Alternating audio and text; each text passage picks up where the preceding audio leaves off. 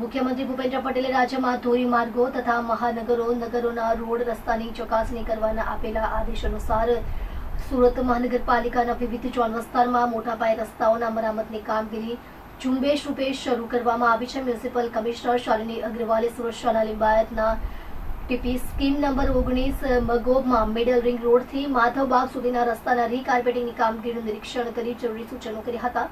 તેમણે રોડના કેમ્બરની ચકાસણીની સાથે બિટ્યુમિનસ કોન્ક્રીટનું ટેમ્પરેચર ચેક કર્યું હતું. કમિશનરે એજન્સીને રોડની કામગીરીની સમગ્ર વિગતો રજિસ્ટરમાં નોંધ કરવાની સૂચના આપી હતી. તેમણે જણાવ્યું હતું કે શહેરના તમામ ઝોનમાં ઝુંબેશ રૂપે રસ્તાઓના રિપેરિંગની કામગીરી શરૂ કરવામાં આવી છે, જેમાં 34 રસ્તાઓ પર ઝુંબેશ રૂપે પેચવર્ક અને 12 રસ્તાઓ પર રીસર્ફેસિંગની કામગીરી હાથ ધરાઈ છે. પાલિકાના ઝોનલ ચીફ, ડેપ્યુટી ઇજનેરો,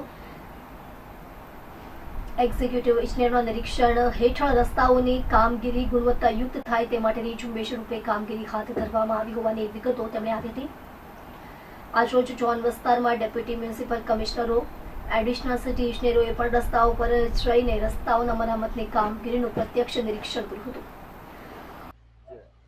સમગ્ર સુરત શહેરમાં વિવિધ ઝોન્સમાં ઝુંબેશ સ્વરૂપમાં રોડ રિપેરની કામગીરી શરૂ કરવામાં આવી છે. આજે સુરત શહેરના તમામ ઝોન્સમાં ડેપ્યુટી મ્યુનિસિપલ કમિશનર્સ અને એડિશનલ સિટી એન્જિનિયર્સ દ્વારા રોડ ઉપર જઈને એમની જો કામગીરી છે એમનું નિરીક્ષણ પણ કરવામાં આવ્યું છે. 34 જેટલા રોડ્સ ઉપર ઝુંબેશ સ્વરૂપમાં પેચવર્કની કામગીરી શરૂ કરવામાં આવી છે અને 12 જેટલા રોડ્સ ઉપર રોડ રીસર્ફેસિંગની કામગીરી શરૂ કરવામાં આવી છે.